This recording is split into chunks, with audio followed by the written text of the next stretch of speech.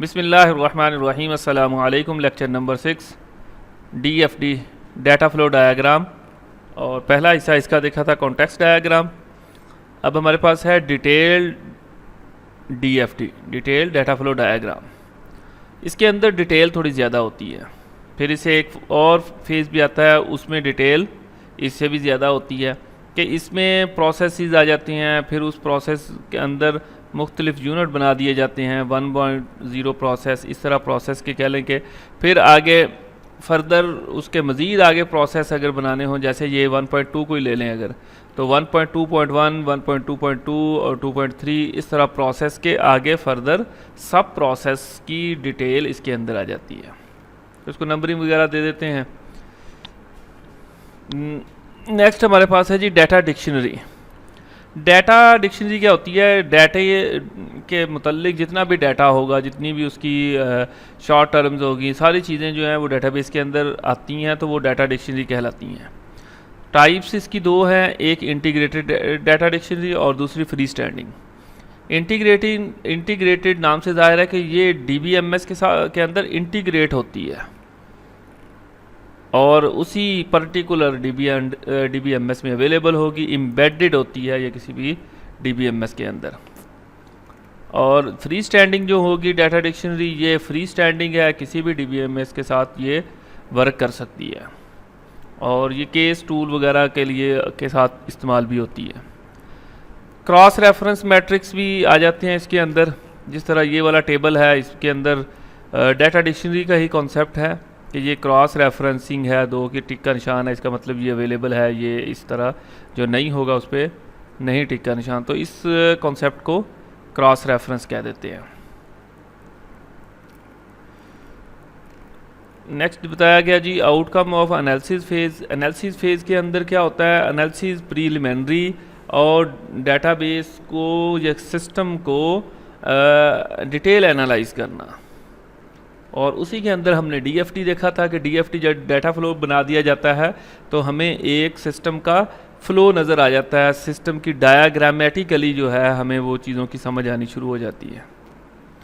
Next है जी database design phase. और database design phase के अंदर डेटाबेस मॉडल्स हैं, बहुत सारे डेटाबेस मॉडल अवेलेबल्स हैं कि the process of creating logical structure of database is called database modelling.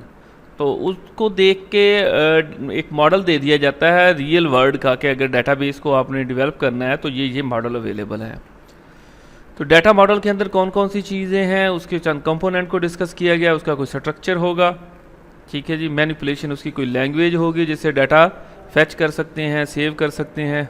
अब मैनिपुलेशन लैंग्वेजेस के अंदर डाटा को मैनिपुलेट करने के लिए, मैनिपुलेशन ये होता है कि डाटा इंसर्ट करना, अपडेट करना, डिलीट करना, उसके लिए कौन सी लैंग्वेज यूज़ की जाएगी। इंटीग्रिटी कॉन्स्टेंट्स, कॉन्स्टेंट्स को कहते हैं रूल्स को। इंटीग्रिटी रिलायबिलिटी को मेंटेन या करेक्टनेस को मेंटेन रखने के लिए कुछ रूल्स अप्लाई किए जाते हैं, तो वो भी इसमें स्ट्रक्चर में अवेलेबल होते हैं, मॉडल के अंदर अवेलेबल होते हैं। आगे नेक्स्ट है जी सिग्निफिकेंस ऑफ डाटा मॉडल, और इसके अंदर डिज़ाइनिंग के हवाले से DBMS के कौन सा DBMS सिलेक्ट करना है, कौन सा नहीं करना, इस तरह की significancy. Types of data models, तो बहुत सारी डाटा मॉडल की टाइप्स अवेलेबल हैं। सिमेंटिक डाटा मॉडल, जिसके अंदर ER मॉडल है, ऑब्जेक्ट ओरिएंटेड मॉडल है, इनकी डिटेल आगे अवेलेबल्स हैं कि ER model entity relationship data model है, ऑब्जेक्ट में ऑब्जेक्ट्स बने होते हैं, ऊपर वाले रिकॉर्ड बेस्ड डाटा मॉडल भी होते हैं, और दूसरी टाइप्स आगे इनकी पूरे चैप्टर्स हैं तो वहाँ क्लैरिटी हो जाएगी। सेकंड टाइप्स जो है उसके अंदर हिरार्चिकल डाटा मॉडल होता है, जिस तरह पेरेंट चाइल्ड का कॉन्सेप्ट होता है, ऑर्गेनाइजेशन का हेड है, फिर नीचे कह लें सेक्शन बने हुए हैं, फिर मुख्तलिफ़ किस्म के उसमें सुपरवाइज़र टाइप, इस तरह का फ़्लो हिरार्चिकल कहलाता है। नेटवर्क में मुख्तलिफ मतलब हिरार्चिकल में सेम लेवल की कम्युनिकेशन नहीं है, इसके अंदर सेम लेवल की भी आ जाती है। रिलेशनल डाटा मॉडल बहुत इंपॉर्टेंट है, जिसके अंदर रिलेशन वगैरह, टेबल्स वगैरह बनते हैं। नेक्स्ट है जी types of database design. Database design करने की कितनी टाइप्स हैं? तो कंसेप्चुअल बनता है, लॉजिकल है, फिर फिजिकल है। कंसेप्चुअल के अंदर जैसे कॉन्सेप्ट्स होते हैं, उसके अंदर ER मॉडल है, कि एंटिटी रिलेशनशिप मॉडल बना लेते हैं, पेपर वर्क है यानी कि लॉजिकली के अंदर हम लॉजिकल एंटिटीज़ में कन्वर्ट कर देते हैं, उसके अंदर टेबल्स किस तरह का होगा, उसके एट्रीब्यूट्स किस तरह के होंगे।